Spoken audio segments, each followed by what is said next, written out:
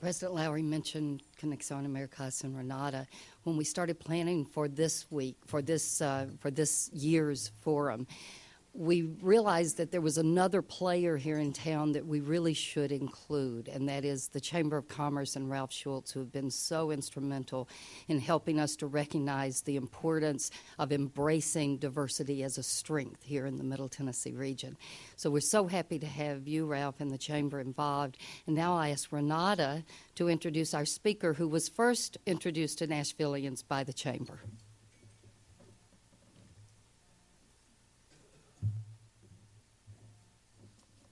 Well, first, Dr. Lowry, muchas gracias. It's very an honor for Conexión Americas to be here at Lipscomb University for the third year, gathering for these important conversations, and we are certainly thankful for the opportunity for creating the occasion and providing the opportunity for all of us. I see a lot of new faces that have not participated in previous years, and that's always a great outcome in itself. So I think already it's been a successful morning for who's gathered here.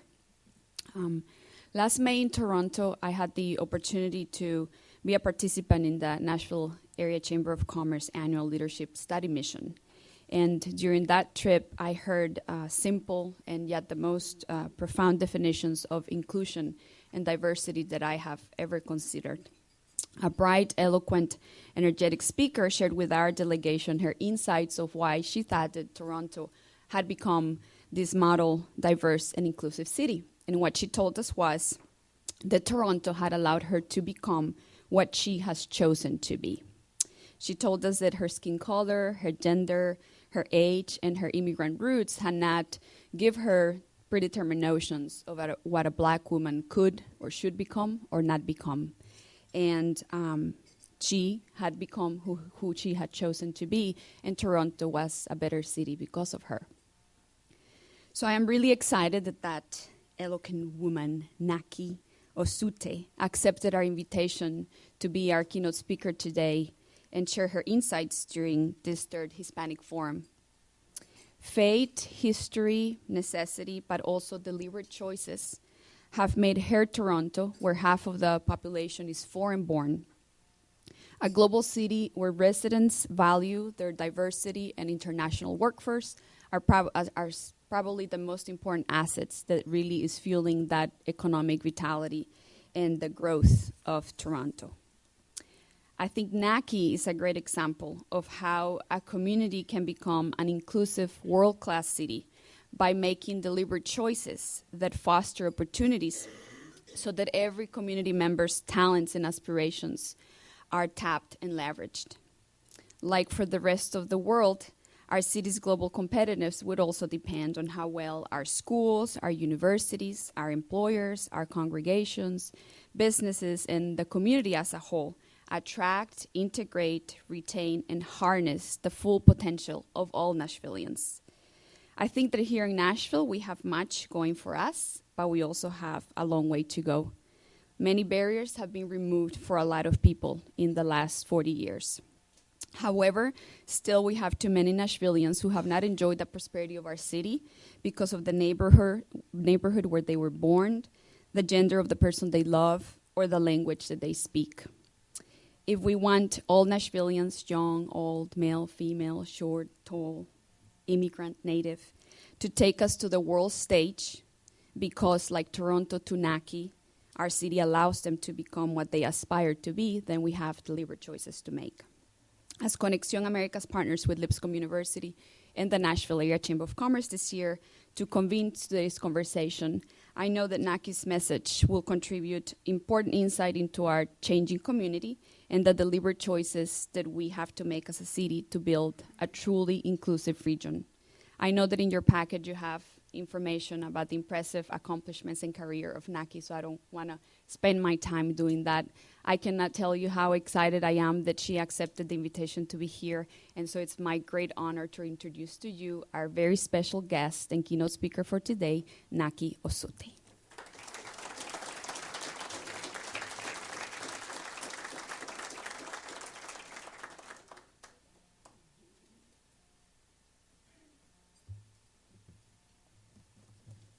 Wow, thank you so much for that introduction.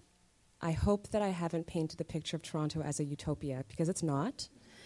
And my presentation will speak to some of the things I think we're doing really well, but also some of the things that I think we can do better on. The last time I spoke to some of you was in Toronto at the Leadership Study Mission. And there I told you that as I was preparing for the talk, I did some research and learned a new word. The word is metonym. And this word refers to a phrase or a figure of speech that is used to replace a term. So for instance, Nashville is a metonym for Music City. And that was very clear as soon as we arrived here. We were in the airport. You see all these great country artists, and there's just that music vibe. I've also learned in the last, say, 7 hours that we've been here, that Nashville is also a metonym for hospitality. From the moment we got into the hotel, there was this wonderful gift from Lipscomb. And actually, even before that, when we got to the airport and the rental car that we had ordered, there was a mix-up with it. Well, the mix-up was my fault. I ordered it for tomorrow instead of yesterday. So they didn't have any cars. We went just to each company, one after the next. And we got to one, and the woman just was like, "Hey, how you doing?" She talked to us as though she was waiting for us to arrive, like as though we were her cousins or something, which is just amazing. This hospitality is unbelievable. So thank you very much again for welcoming me. Renata, you invited me to talk about diversity and inclusion. I decided to go a little off script and talk about building a great global city. Of course, that will be peppered with diversity and inclusion, but it's just slightly off script. As Renata mentioned, I have the privilege of living in a city that has a lot going for it in terms of its ability to bring people from different parts of the world to live in relative harmony. My travels have affirmed this for me, have shown me that we're doing pretty well. But as I mentioned, there are places that we can improve on. Before I get right into the speech, I want to just give you a little bit in the way of context about Toronto and about the organization that I'm here representing. And I should actually make another confession. So I'm in between jobs right now. I've been for the last 6 years with an organization called Civic Action. And this organization is not unlike this room. It's an organization that brings together leaders from different sectors to work on projects to improve the city. So we do work around the integration of skilled immigrants. We also have an environmental initiative that we've developed that focuses on commercial buildings and their impact on the environment. We've also led work around poverty, income security, regional economic development. So Toronto is the largest city in Canada. Much like Nashville, we're made up of many municipalities. So we've got the Greater Toronto region that is home to about 6 million people. Of that 6 million, approximately 50% are born outside of the country, so foreign-born, 1 in 2 people. And each year we bring in about 250 immigrants to the city of Toronto from places like India, China, Sri Lanka, and increasingly the Philippines. If you take a taxi ride in Toronto or if you're on the subway, you'll likely hear the story of a newcomer, someone who has been invited to Canada based on their talents, in our immigration system, we've got a point system that you can accrue a number of points based on different things like your language ability, based on your educational attainment.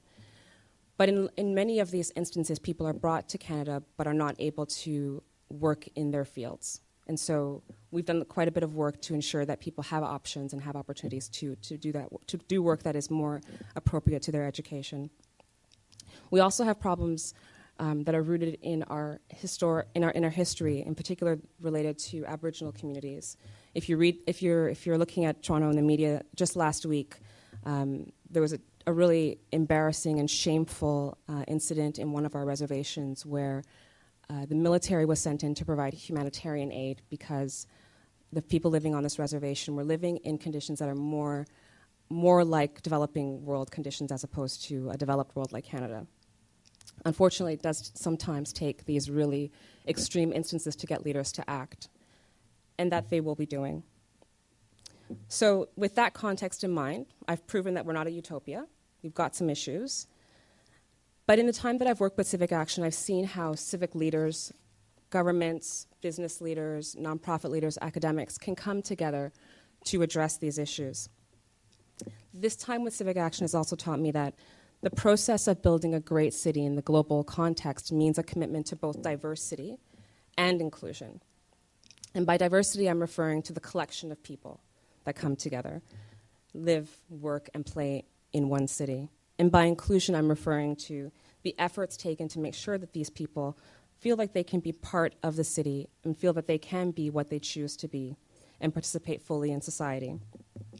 So that mission and the motivations behind it can be viewed through a few lenses, and it's those three lenses that I want to talk about in this presentation. The first is the productivity lens. The second is the equity lens. And the third is the lens that I've put together specifically for this visit. I call it the lens of liberty and the pursuit of happiness. That's probably familiar to you. Okay, and I've started blogging recently, and through my blogs, I've realized the power of photographs. So this is going to feel a little bit like your mom's slide. What do you call it? Those slideshows, not slideshows, but back in the day we had photo albums. Yes. So it'll feel a little bit like that, but I think it just helps to illuminate some of the things I'm talking about. So this is a picture of a group of participants in a program we have in Toronto called Diversity Fellows. It's a leadership development program. I've just provided this picture for you because I think in a lot of ways it's a snapshot of the kind of diversity we see in Toronto. So you've got people from all over the world. In this program, we talk a lot about the business case for diversity, and I'm sure you're all aware of it. And we know that there have been two fundamental shifts in the last 3 decades that have really prompted businesses to take a closer look at diversity. Business has become more global. The markets are more global, both local and international. And business practices have become more about teams. So businesses are focusing much more on how teams work together and how you bring that diversity into a team to function more effectively. Another point around the business case is that diversity breeds innovation and creativity. And there's one professor from the University of Michigan whose work has really inspired me, that's Scott Page. Are people familiar with Scott Page out of University of Michigan? He has a book called The Difference. It's called The Difference, How the Power of Diversity Creates Better Groups, Firms, Schools, and Societies. If you haven't read it, I would really recommend it. I've pulled up the most simple quote in the whole book. He says, "In problem solving, diversity is powerful stuff." That quote is not reflective, as good as it is, it's not reflective of the complexity. He uses complex theory and systems theory to create these mathematical models that tell us how diversity actually leads to improved results for teams who are looking to solve complex problems. His main premise, or one of the main premises, is that under the right conditions, diversity trumps homogeneous groups in their ability to solve problems. They can even outperform the best individual problem solver. So you could have a person who's known to be incredibly adept at problem solving. When you put him or her up against a diverse group of even, average problem solvers, the diverse group will arrive at better solutions. Why? Because they're using a diverse set of tools, they're using a diverse set of perspectives, and making more connections between their ideas. So there's part of the productivity argument. But another part of the productivity argument is you probably heard the theory that we only use 10% of our brains. So imagine if we have a society where we're only using or leveraging 10% of the society because we're not an inclusive one.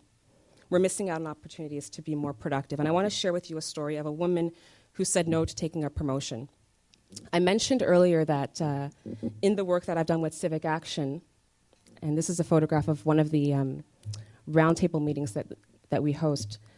In 2006, when I joined, we were working on we had convened a task force of leaders who were looking at how we could modernize our social assistance programs. So we've got these social assistance programs in place that were developed in the 70s, but they're still in place today. Still in place today when we know that our labor markets have changed dramatically. And so we convened this group of leaders coming from business, poverty activists, academics, nonprofit leaders, governments. But we also formed a core reference group. And in this core reference group were people who had firsthand experience on social assistance programs. So you can imagine groups like this sitting at tables together, and in one conversation, one of our one of the heads of one of our business or financial service institutions says to the woman across the table from her, he says, you just seem so bright and astute. I don't understand why you just don't get a promotion at your job. And she says to him, well, I've been offered 3 promotions, actually, and I have to turn them down each time because if I accept the promotion and my salary exceeds a particular benchmark, I'm no longer eligible for medical benefits for my son, who has quite a number of illnesses. And so in that moment, that exchange, that honest conversation, a recommendation that went into the report was surfaced. That recommendation was to remove children out of the social assistance system such that there wouldn't be the disincentive to progress. I share that example mainly because, A, I'm so proud of that work and the report that came out of it, A Time for a Fair Deal, but also because these kinds of conversations are the kinds of conversations we need to have if we're trying to build inclusive societies. We need to make the space for these kinds of honest, courageous conversations that can lead us in the direction that we want to go. So my second point relates to the question of equity. And really, I boil that down to the question of who is a human being. As you know, this weekend we're celebrating the 60th anniversary of the Universal Declaration of Human Rights, which declared that all human beings are born free and equal in dignity and rights. As I listened to Secretary of State Hillary Clinton's speech on this topic, I was reminded of an experience I had in 2009. So again, a little bit of background. Though in 1867 Canada became a country, our system of government is both a constitutional monarchy but also a parliamentary democracy. So the Queen of England is the Queen of Canada, and she's represented by the Governor General in Canada, who is selected by our elected Prime Minister. Did you get that? So our Governor General, the Governor General can dissolve Parliament. The Governor General awards all of the high honors like our Order of Canada, acts as an ambassador on state visits. And in 2009, I was invited to participate in one of those state visits to Ukraine and to Norway, and to act as what she called a cultural diplomat. This Governor General, I think I've got a picture, yes, there she is. A woman who was born in Haiti, came to Canada as a refugee, and became the Governor General in 30 years after that, 40 years after that. Her name is Michaëlle Jean, and during her mandate, she really focused on youth and on youth dialogues. And so in each country she visited, she would host these youth dialogues. And the point of these dialogues was to create environments where young people could express their points of view in the presence of older, established, influential leaders who probably wouldn't have other opportunities to interact with them. So in Ukraine, I was among 3 Canadians and 3 Ukrainians who were on a panel who were asked to catalyze conversation amongst an audience of about 300 Ukrainian youth. So let me just take a step back in that day. Earlier that day, we were at the office of this mayor, whose name I can't remember at this time. But we were at his office, we had got a presentation, he took us on a tour of the building, and at the conclusion of the tour, we were offered champagne, and he presented the Governor General with a gift, which was a necklace painted by his wife. She's an artist. He presents it, he puts it around her neck, and they smile, they pose for pictures. It's a wonderful photo opportunity. Then the mayor says, oh, it was a pleasure to meet you, all the best, enjoy the rest of your visit. And Governor General Jean says, oh, no, it's not see you later. It's not goodbye, it's see you later. I'll see you tonight at the youth dialogue. And it's always so interesting when you're working in these contexts where you're speaking through a translator. So they're having this conversation as he's talking and telling her goodbye. She's responding to him, saying, "I'll see you later." You can see he's kind of nodding because he kind of knows what she's saying. But then when he gets the translation, he's like, "Oh no, I can't be there tonight. No, sorry. I have this, I have that." He's like listing off all these excuses, and she's nodding. Slowly, yeah. And then she says to him, okay, yeah, so no problem. So I will just let the 300 students know that you were too busy to come and spend time with them. Sure, yeah, okay. So later that evening, as I'm getting my mic on for the talk, I see the mayor in the front row, sitting next to a member of parliament, paying very close attention to what's going on. So as I'm getting prepared for my talk, the moderator says to me, or says to the group of us, okay, so Ilona, you're going to speak about youth and civil society. What's the other girl's name? Sarah, you're going to speak about Aboriginality. Naki, you're going to speak about diversity. Oh, and we also want to throw in homosexuality onto that. Okay, that was with 10 minutes left before showtime. I didn't really have a choice in the matter, so I said, okay, I'll take that. As I get to while I'm actually on the panel, the discussion's progressing. It's all very wonderful and good. And one of the panelists who leads a youth organization says, you know, in Canada, you have approved same-sex marriage. And, you know, in Ukraine, we're starting to see all of these Western influences infiltrate our society, this pop music and consumerism and same-sex marriage. And I'm wondering what the Governor General can do to reverse this law. And so, again, there's a delayed reaction. So I'm looking at the audience. There's some people who are like smirking, other people who have their arms crossed. I look down at the Governor General and her husband, and they look like they're about to jump out of their chairs. And I'm thinking, okay, how do I answer this question? And of course, the moderator turns to me and says, okay, Naki, diversity person, you should answer this question. So I think to myself, okay, they've coached us on this whole cultural diplomacy thing. I don't want to be rude. I want to make sure that I speak to Canadian values at the same time. And I recall that while we were traveling through Ukraine, the presence of churches was incredible, probably 4 churches on every street. So I decided to use an example that took me back to a church. So I shared in that moment an experience I had at a church where I was asked to sign a petition to, in fact, reverse same-sex marriage. And I shared how I spoke to the woman who asked me to sign the petition and said to her, why would I sign this petition? And so I'm sitting on the panel, I point to I take the hand of the guy sitting next to me, and I say to him, this is my skin color, and my husband has skin more like yours. My husband's a white man. 60 years ago, our marriage would have been illegal because I would have been considered less than human. So how could I then go and sign a petition that was going to be, in effect, saying the same thing about someone else? I put that out there, and I was waiting for boos and howls. But amazingly, there was this incredible thunderous applause from the audience. I think that those kinds of moments, both in the fact that we were able to create an environment where people could share their views, and what was really quite remarkable was after I shared that comment, the number of people who just stood up and said thank you just blew me away. And the number of people who came afterwards and just said thank you was so heartwarming, because I could see that those kinds of conversations were not conversations that people were having on a regular basis in Lviv, Ukraine. So when I talk about the equity lens, I'm talking about what it means to be a human being. And when we're talking about that within the context of diversity and inclusion, I think we have to ask ourselves, who do I consider to be a human being? And how does my answer to that question manifest in the actions I take, in the actions my organizations take, in the actions that my city takes?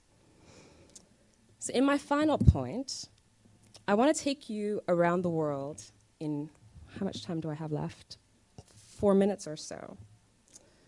So this is the lens that I call the pursuit of liberty and the pursuit of happiness. This one speaks to diversity and inclusion as it relates to a person's ability to choose who they want to be. So I'm taking you back to 1913 India. Today you probably know the film industry called Bollywood, the largest film industry in the world. But in 1913, Bollywood was really a film industry that was doing silent movies. And some of the stars of these silent movies were women like this woman here, Sulochna. She was born Ruby Myers. Her parents were Jewish, who moved to India. We're not sure the context by which they arrived in India. There are many theories around that. But Sulochana grew to become one of the biggest stars in the Indian film industry. She was making more money per film than the governor of India made in a year. She not only became a star in the industry, but she became Indian. She married an Indian man, they had children. She was accepted and recognized by the people around her as an Indian woman. But her ability to choose who she wanted to be relied as much on her willingness as it did around people's ability to recognize her as such. So let's fast forward now to 1950s Jamaica. A young, blonde-haired, blue-eyed man is born to an English father and a Sephardic Jewish Jamaican mother. He spends his formative years finding himself through odd jobs. And he meets his mom's friend, a man named Ian Fleming, who some of you will recognize as the creator of the James Bond series. Ian Fleming was stationed in Jamaica while filming the Bond film Dr. No.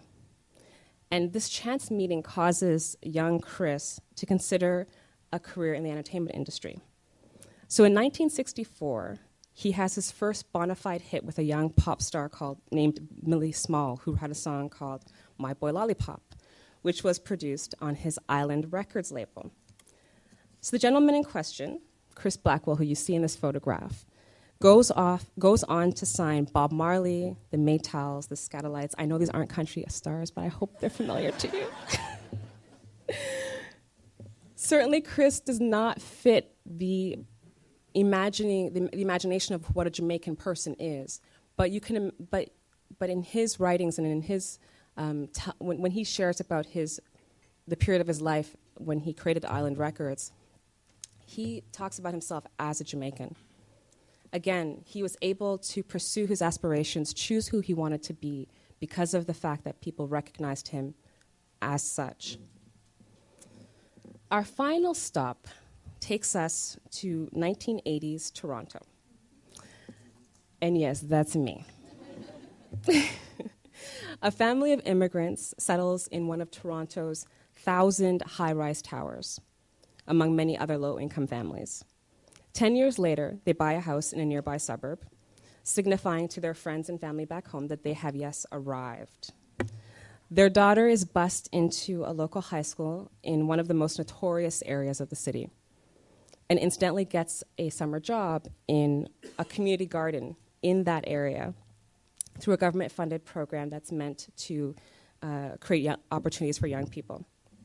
She's mentored by the executive director of that organization, who teaches her the importance of being a trustee for your community, not just someone who lives in your community. And fortunately for her, she gets to work at that community organization all through high school and is given every year new challenges, and she rises to the occasion. She attends a small university outside of Toronto where the ethnic balance is in direct contrast to her experience in high school. Through the summer months, she gets a job working for another amazing nonprofit organization that buys real estate and turns it into artist living and workspaces. That job, again, is created by a government-funded summer program. Now she's really interested in city issues, and following graduation, she accepts a spot in a postgraduate program that's focused on training young leaders in marketing and fundraising for the arts.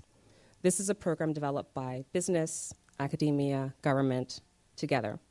And the program provides internship opportunities which expose this young woman to opportunities she would never have imagined, and eventually leads her to getting her master's degree, and then a job at an organization called Civic Action. Yes, that's me in the picture, and that's my story. And I tell that story because I'm so grateful for the opportunity to be here today, because when I made my speech in Toronto, I talked about the opportunity that I've had to be who I want to be. And so much of that has been dependent on other people recognizing that in me.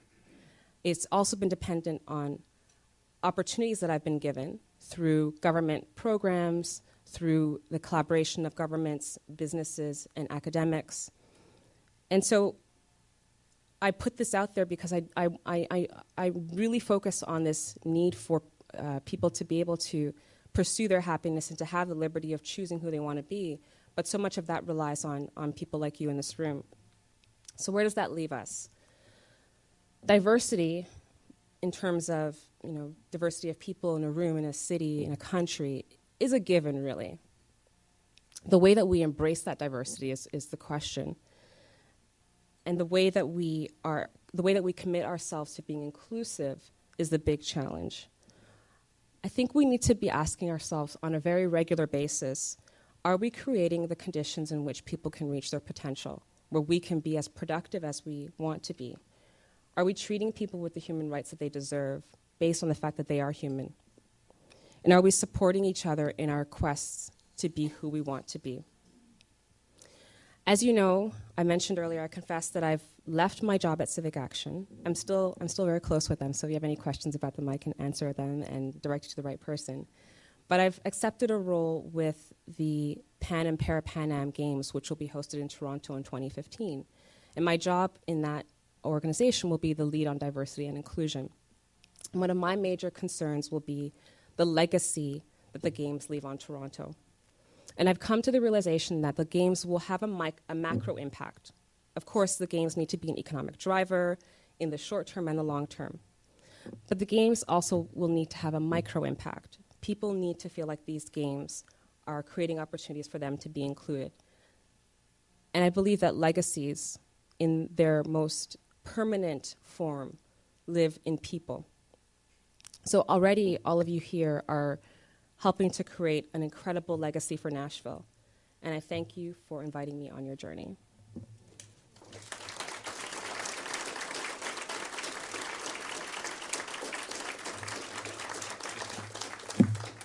Nike has agreed to take questions, and Nike, you call on people as you see them.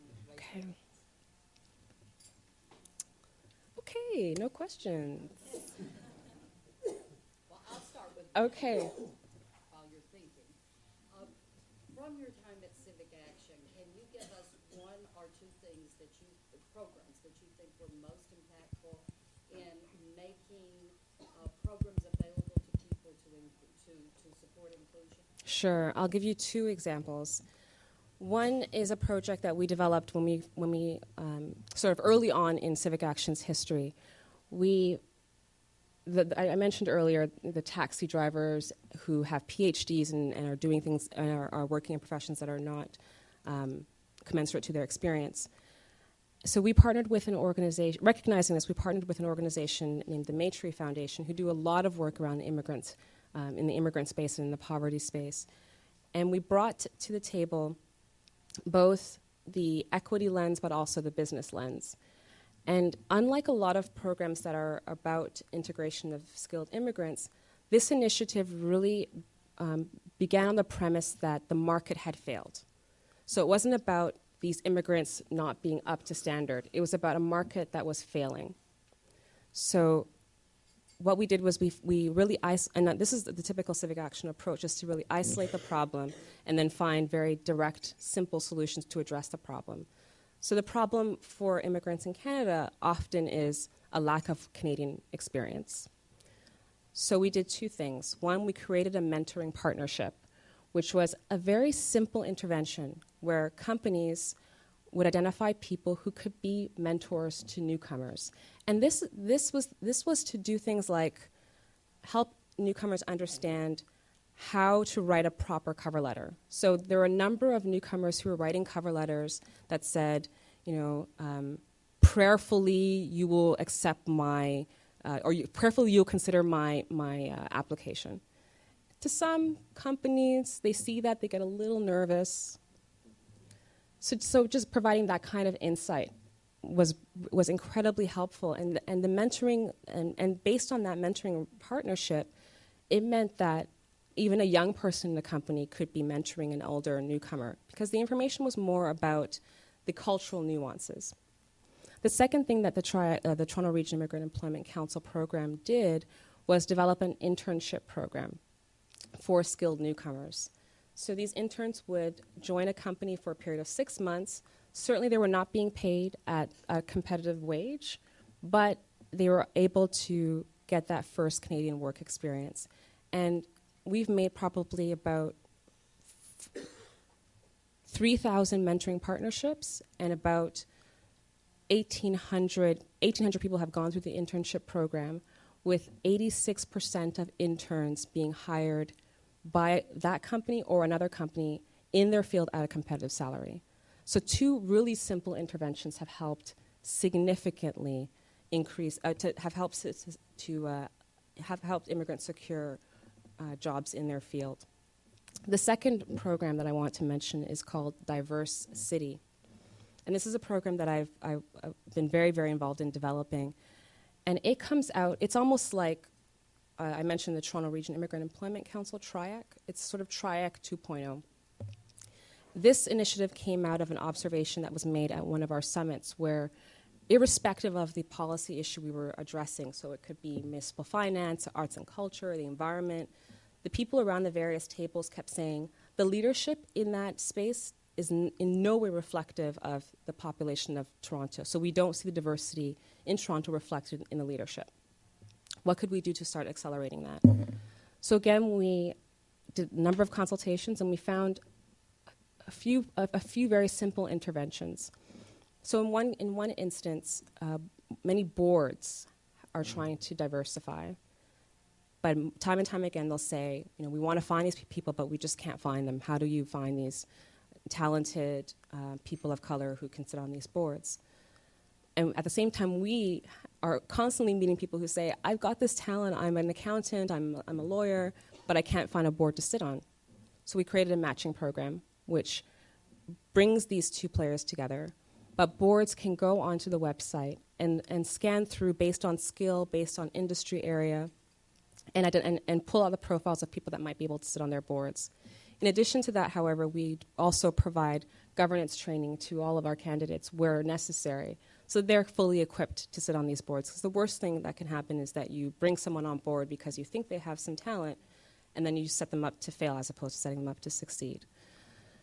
Diversity also has a number of other programs. The first slide I showed you was a photograph of our Diversity Fellows program, and I was just telling Dr. Lowry earlier that my dream is to create an Institute of Civic Leadership, because that's in a lot of ways what our Diversity Fellows program has been.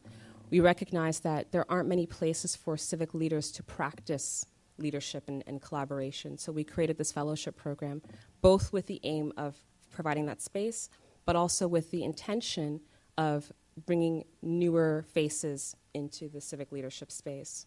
So we do a call for applications every year, but we also do some hardcore recruiting. So we go out to places where we think people are, those who maybe are not as exposed to the civic issues, go out to those places and then invite them to apply to the program. The last thing I'll mention on the diversity initiative is that, like any civic action work, we are always driven by a business and a social case, empirical evidence. We're very fact-driven, and finding that common ground as it relates to a fact base is what drives our action, our solutions.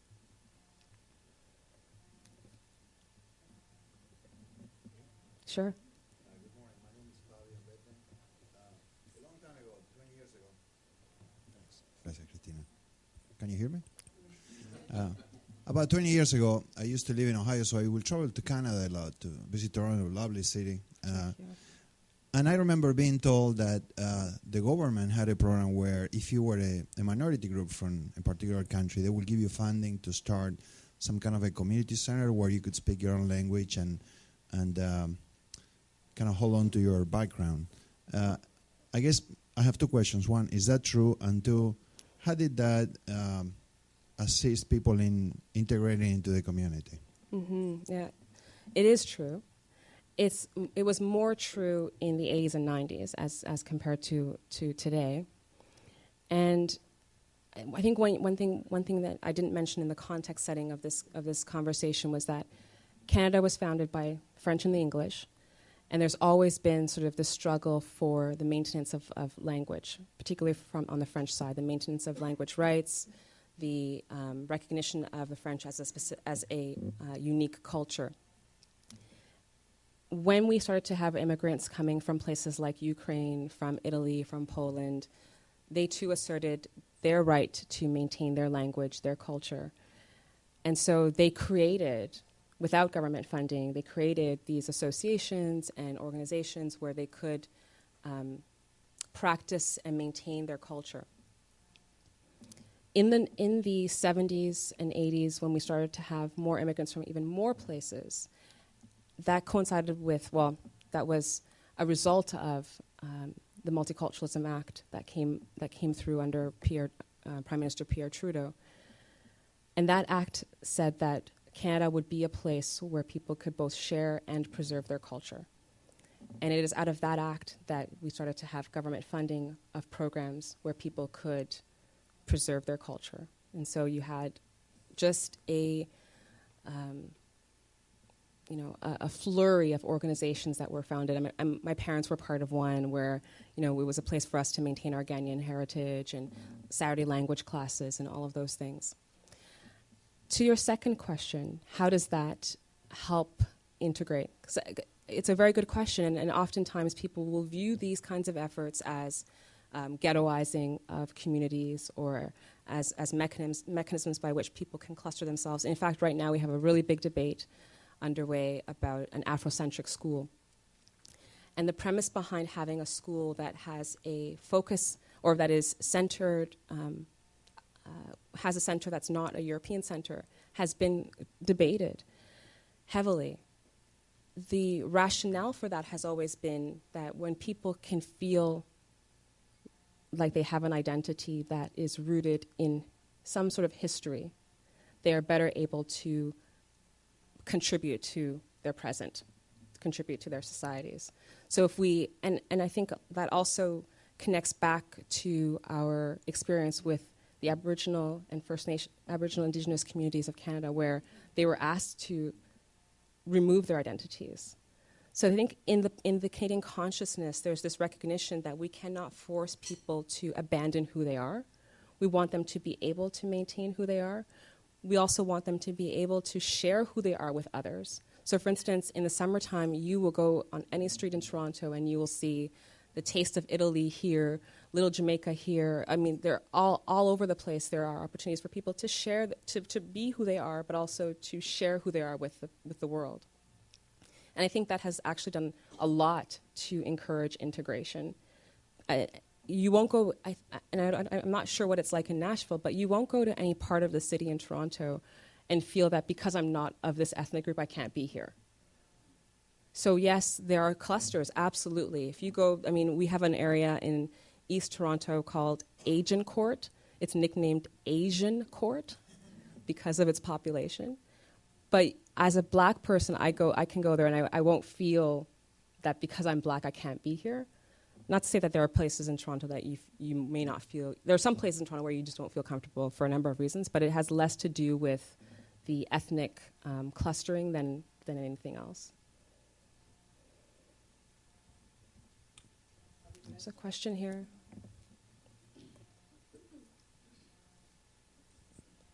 What has been the downside or the opposition to this level of diversity? Because it probably is not reflective of all of Canada. Mm-hmm. Toronto may be 50% immigrant born.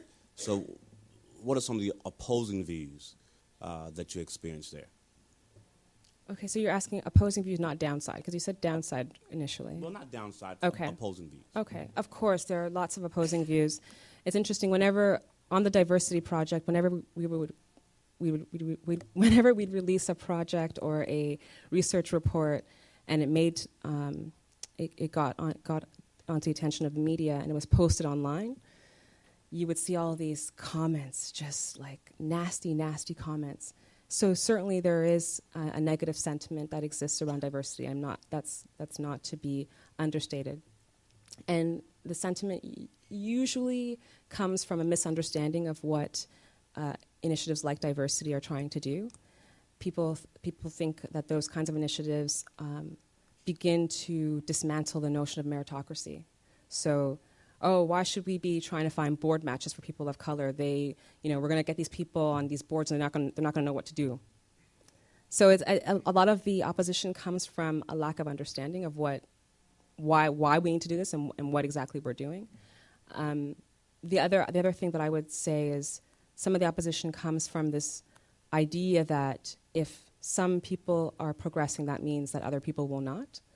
This notion of cultural hijacking, this idea that Canada's my country, and who are these people to come here and take up leadership roles?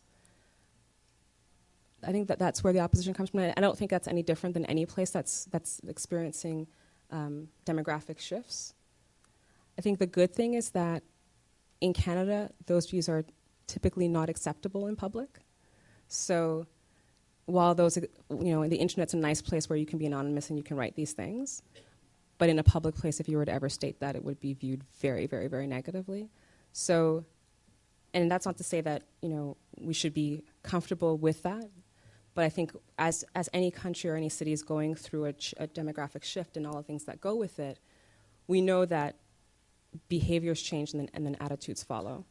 So I think we're at a point where we're forcing people to change their behavior, and I'm using the word loosely, forcing.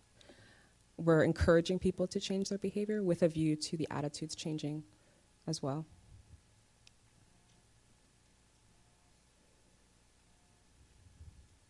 Thank you so much, Naki. Thank you.